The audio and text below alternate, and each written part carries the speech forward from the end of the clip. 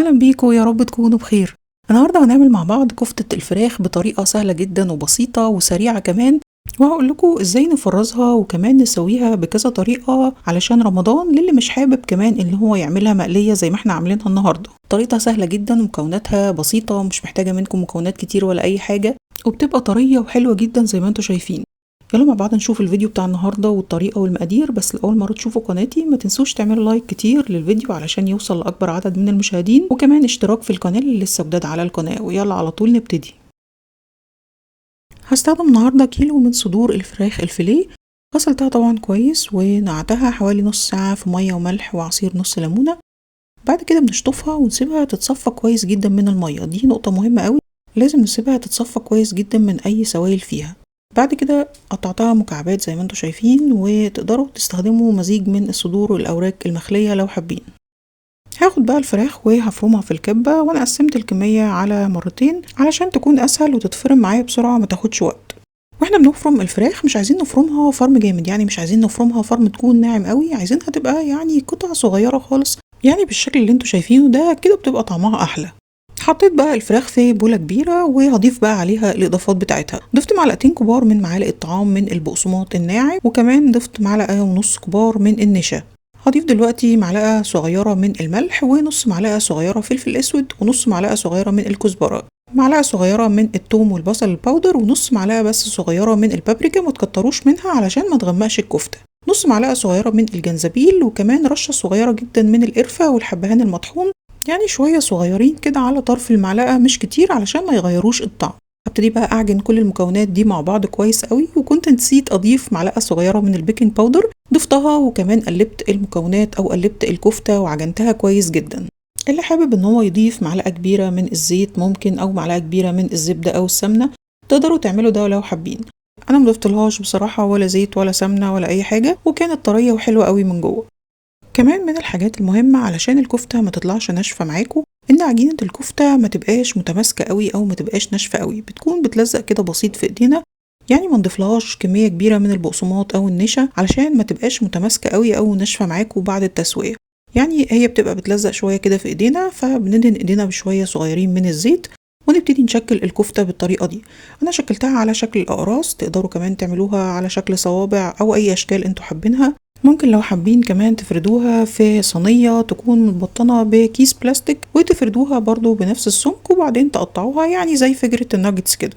وزي ما انتوا شايفين شكلت كل الكمية، طبعا كمية حلوة جدا، وحطيتها في صينية او صواني تكون متبطنة باكياس بلاستيك، وحطها كده في الفريزر حوالي 10 دقايق او ربع ساعة، وبعدين نبتدي نعمل لها خليط التغطية. وهقول لكم في الفيديو ازاي نحتفظ بيها وكمان نسويها ازاي بكذا طريقة.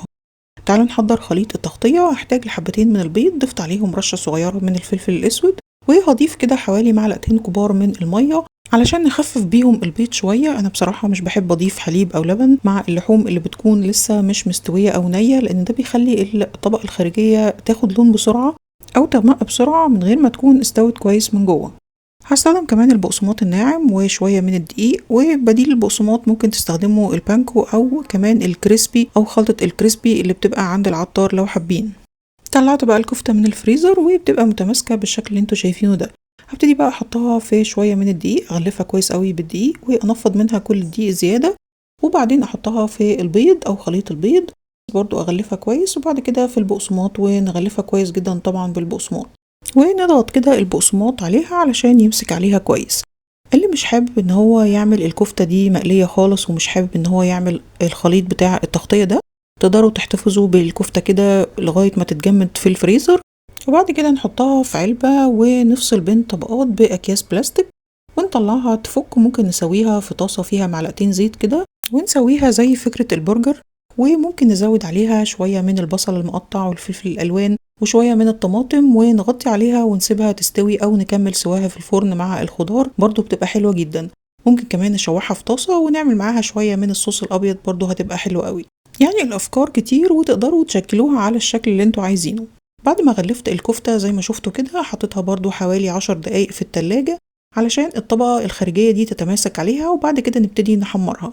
ولو انتوا هتفرزوها يبقى بعد ما نغطيها على طول بالبيض والبقسماط نحطها بقى في الفريزر لغاية ما تتجمد خالص، وبعد كده نحطها في علبة ونفصل بين الطبقات برضو بأكياس بلاستيك. وانا بحب اطلعها قبل التسوية بحوالي كده ربع ساعة علشان تفك شوية، علشان لما اجي اسويها اضمن ان هي استوت كويس من جوه. بقليها بقى في زيت غزير، زيت يكون سخن والحرارة بتكون متوسطة طبعا، متبقاش عالية قوي علشان ما تاخدش لون معاكم بسرعة من غير ما تكون استوت كويس من جوه. ما بتاخدش وقت خالص، وبعد كده بنطلعها على مناديل مطبخ علشان تمتص منها كل الزيت الزيادة، وبتبقى جاهزة معاكم على طول على التقديم. وزي ما قلتلكوا لازم الفراخ تكون متصفية كويس جدا من المية، ده هيخلي الكفتة ما تفكش خالص وتبقى متماسكة عندكم بالشكل ده. بصراحة سهلة قوي وبتعمل كمية حلوة وبتجهز كمان معاكم بسرعة. بنطلعها بلون دهبي حلو كده زي ما انتوا شايفين، وما بتاخدش وقت خالص في التسوية. شايفين بقى من جوه طرية جدا ولونها حلو قوي، وبجد طعمها رائع وبسيطة جدا، ومن اسهل الحاجات اللي ممكن تفرزوها لرمضان، هتبقى سريعة جدا ومنجزة بجد معاكم. جربوها وان شاء الله تعجبكم، وكل سنة وانتوا طيبين. ما تنسوش بقى تعملوا لايك للفيديو كتير علشان يوصل لأكبر عدد من المشاهدين، وكمان ما تنسوش اشتراك في القناة اللي لسه جداد على القناة. اشوفكم على خير في فيديو جديد ان شاء الله، بحبكم جدا، باي باي.